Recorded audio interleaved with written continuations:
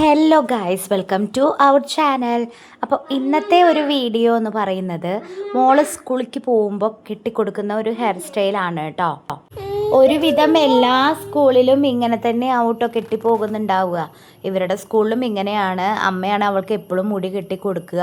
മുടി രണ്ട് ഭാഗവും നന്നായി വേറെടുത്ത് കൊടുക്കും. ആദ്യം മുടിയിൽ എണ്ണ തേച്ചിട്ടുണ്ടായിരുന്നു തലേ ദിവസം. അപ്പോൾ പിന്നെ സുഖമായിട്ട് നമുക്ക് മുടി കെട്ടാൻ പറ്റും കേട്ടോ. ഈ എണ്ണ തേക്കാത്തൊക്കെ ദിവസം നല്ല ബുദ്ധിമുട്ടായിരിക്കും കേട്ടോ മുടി കെട്ടാൻ. അപ്പം അതിൻ്റെ ഇടയിൽ അമ്മ തലേക്കൊന്ന് നോക്കി കൊടുക്കണമുണ്ട്. അപ്പോൾ ഇതാ എല്ലാവർക്കും അറിയുന്ന രീതി തന്നെ ആയിരിക്കും കേട്ടോ. പ്രത്യേകിച്ച് സ്പെഷ്യലൊന്നുമില്ല. ഞങ്ങളോട് ഒരുപാട് പേര് ചോദിച്ചുകൊണ്ടാണ് ഇങ്ങനെ ഞാനൊരു വീഡിയോ ഇടുന്നത്. ഞാൻ മുന്നേ ഇട്ടിട്ടുണ്ടായിരുന്നു കേട്ടോ ഇങ്ങനെ ഒരു വീഡിയോ. അപ്പോൾ ഇതാ നടുവയച്ചിലാണ് എടുക്കുക. അവൾക്ക് നടുവയച്ചിലാണ് എപ്പോഴും ഇട്ട് കൊടുക്കുക. എന്നിട്ട് ഇതാ മുടി നന്നായി വേർത്ത് കൊടുത്തിട്ട് മുടി മുടഞ്ഞിട്ട് കൊടുക്കും കേട്ടോ.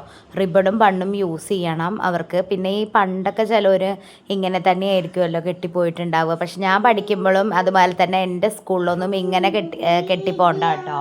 ഇങ്ങനെ കെട്ടിപ്പോകേണ്ട ആവശ്യമില്ല. ഞങ്ങളുടെ സ്കൂളിലൊക്കെ, ഞങ്ങൾ പഠിക്കുന്ന സ്കൂളിലൊക്കെ ഉണ്ടായിരുന്നത് നമുക്ക് ഇഷ്ടമുള്ള രീതിയിൽ കെട്ടിപ്പോവാട്ടോ. കുളിച്ച് പിന്നിട്ടോ പോണിട്ടയിൽ കെട്ടിയിട്ടോ എങ്ങനെ വേണമെങ്കിലും കെട്ടിപ്പോവായിരുന്നു. ഇപ്പോഴൊക്കെ സ്കൂളുകളിൽ സ്ട്രിക്ട്ലി പറയുകയാണ് തോന്നുന്നുണ്ട് കേട്ടോ, ഇങ്ങനെ രണ്ട് ഭാഗം മുടഞ്ഞിട്ടിട്ട് മടക്കി കെട്ടിപ്പോണ റിബണും ബണ്ണൊക്കെ ഉപയോഗിച്ചിട്ട് എന്ന്.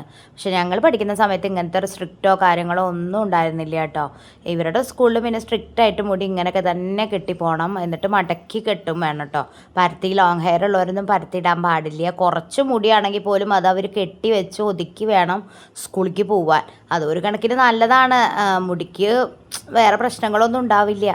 അപ്പോൾ ഇതാ അമ്മ നന്നായി വേറെടുത്തിട്ട് പിന്നെ ഇതാ മുടഞ്ഞിങ്ങനെ ഇട്ട് കൊടുക്കും കേട്ടോ. അടി വരെ മുടഞ്ഞിട്ട് പിന്നെ റിബൺ വെച്ചിട്ട് അതുപോലെ തന്നെ റിബൺ ഇട്ടിട്ടും അതുപോലെ തന്നെ ബണ്ണും ഇടും ചെയ്യും കേട്ടോ. ശരിക്കും ബണ്ണിടേണ്ട ആവശ്യമൊന്നുമില്ല. പക്ഷേ ഇവൾക്ക് ഇട്ട് കൊടുക്കുന്നത് മാത്രം. അല്ലെങ്കിൽ റിബൺ ഇട്ട് കെട്ടിയാൽ തന്നെ മുടി നന്നായി ടൈറ്റ് ആവും ശരിക്കും. ബണ്ണിട്ട് കഴിഞ്ഞാൽ കൂടുതലും കൂടി ഒന്ന് ഒതുങ്ങിയിരിക്കുന്നു മാത്രം കേട്ടോ. പക്ഷേ അത് ഇടേണ്ട ആവശ്യമൊന്നുമില്ല. അപ്പോൾ എനിക്കിത് ഇങ്ങനെ കെട്ടുന്നത് എപ്പോഴും എനിക്ക് അറിയണ്ടായിരുന്നില്ല കേട്ടോ. ഇപ്പം ഞാൻ പഠിച്ചു. അമ്മയാണല്ലോ എപ്പോഴും കെട്ടിക്കൊടുക്കാറ്. ആദ്യമൊക്കെ എനിക്ക് നല്ല ബുദ്ധിമുട്ടായിരുന്നു. ഇപ്പം ഞാൻ പഠിച്ചിട്ടുണ്ട് കേട്ടോ. അമ്മ ഇതിനങ്ങനെ നാടാന്നാട്ടോ പറയുക. പണ്ട് അമ്മ പറയും, അല്ല പണ്ടത്തെ കാലത്ത് അമ്മ എപ്പോഴും പറയും, പണ്ടത്തെ കാലത്തൊക്കെ ഇതിന് നാടാന്നാണ് പറയുക. നാട വെച്ചിട്ട് കെട്ടുക എന്നാണ്. ഇപ്പോൾ അല്ലെ റിബൺ അങ്ങനെയൊക്കെ വന്നത്.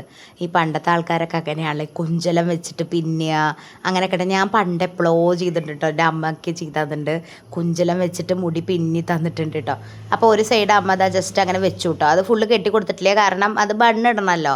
അപ്പോൾ അതിന് വേണ്ടിയിട്ട് വെച്ചിരിക്കുകയാണ്. പിന്നെ അത് അപ്പുറത്തെ സൈഡും അതുപോലെ തന്നെ കെട്ടിക്കൊടുക്കുക കേട്ടോ. ഇപ്പോൾ നിങ്ങളുടെയൊക്കെ സ്കൂളിൽ എങ്ങനെയാണെന്ന് കമൻറ്റ് ഇട്ടു കേട്ടോ. മുടി കെട്ടുന്ന രീതി ഇങ്ങനെ തന്നെയാണോ? സ്ട്രിക്റ്റായിട്ട് പറയുമോ ഇങ്ങനെ കെട്ടി പോകണമെന്ന്? അതോ ഇഷ്ടമുള്ള രീതിയിൽ കെട്ടി കുഴപ്പമുണ്ടോ? ഞാൻ നാളെ ഒരു വട്ടം വീഡിയോ ഇട്ടിട്ടുണ്ടായിരുന്നു. ഇതുപോലെ CBSE സ്കൂളിലാണ് കൂടുതൽ ഇങ്ങനെ മുടി കെട്ടണത് ഞാൻ കണ്ടിട്ടുള്ളൂ എന്ന്. അപ്പോഴേക്കും അങ്ങനെ ഫുൾ നെഗറ്റീവ് കമൻറ്റുകളാണ് കേട്ടോ അതിൽ വന്നത്. ഫുള്ളല്ല, പകുതി. അല്ലെങ്കിൽ ഒരു നാണയത്തിന് രണ്ട് വശങ്ങളുള്ളത് പറഞ്ഞ പോലെ നെഗറ്റീവും പോസിറ്റീവും ഒക്കെ വരുമല്ലോ. CBSEയിൽ മാത്രമൊന്നുമല്ല, ഗവൺമെൻറ് സ്കൂളിലും ഇങ്ങനെ തന്നെയാണ് കെട്ടുക. CBSEയിൽ പഠിക്കേണ്ടതെന്നുള്ള അഹങ്കാരം കാണിക്കുകയാണ്. അതാണ് ഇതാണ്, അയ്യോ അങ്ങനെ കുറേ പറഞ്ഞു കേട്ടോ.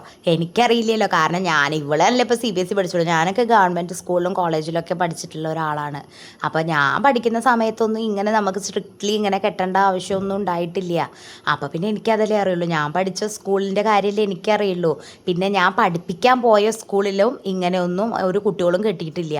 അവർക്ക് ഇഷ്ടമുള്ള പോലെ രാവിലെ കെട്ടി വരും മുടി. അല്ലാണ്ട് എവിടെ ഇപ്പോൾ ഗവൺമെൻറ് ഞങ്ങൾ പഠിച്ച സ്കൂളിലോ ഒന്നും ഇങ്ങനെ കെട്ടി വരണമെന്നോ ഒന്നും പറഞ്ഞിട്ടില്ല. എന്ന് ഇനിയിപ്പോൾ അങ്ങനെ ഉണ്ടോ ചോദിച്ചാൽ എനിക്ക് അറിയില്ല കേട്ടോ. പക്ഷേ ഞങ്ങളുടെ ഇവിടെ ഒന്നും കുട്ടികൾ ഇങ്ങനെ കെട്ടിപ്പോകണമെന്ന് ഞാൻ കണ്ടിട്ടില്ല.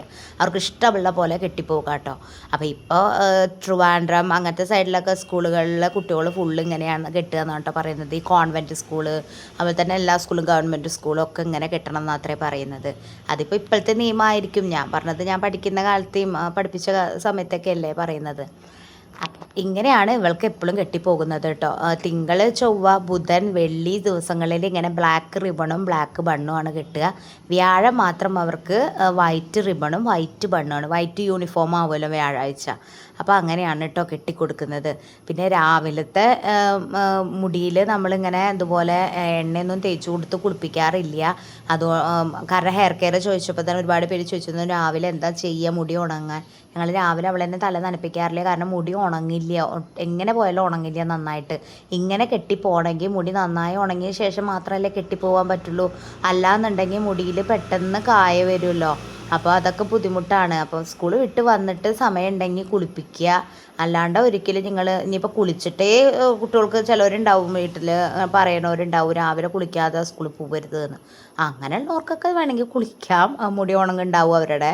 കാരണം ചിലപ്പോൾ നേരത്തെ എണീറ്റ് കുളിക്കുന്നുണ്ടാവും. പിന്നെ കുറച്ച് മുടിയുള്ളവരാണെങ്കിൽ ചിലപ്പോൾ വേഗം ഉണങ്ങും. ചിലവർ ഇപ്പോൾ ഹെയർ ഡ്രയറൊക്കെ യൂസ് ചെയ്യുന്നുണ്ടാവും. കുട്ടികളുടെ മുടിയിൽ അങ്ങനെ യൂസ് ചെയ്യരുതെന്നാണ് ഞാൻ പറഞ്ഞു വരുന്നത്. അതത്ര നല്ലതല്ല മുടിക്ക്.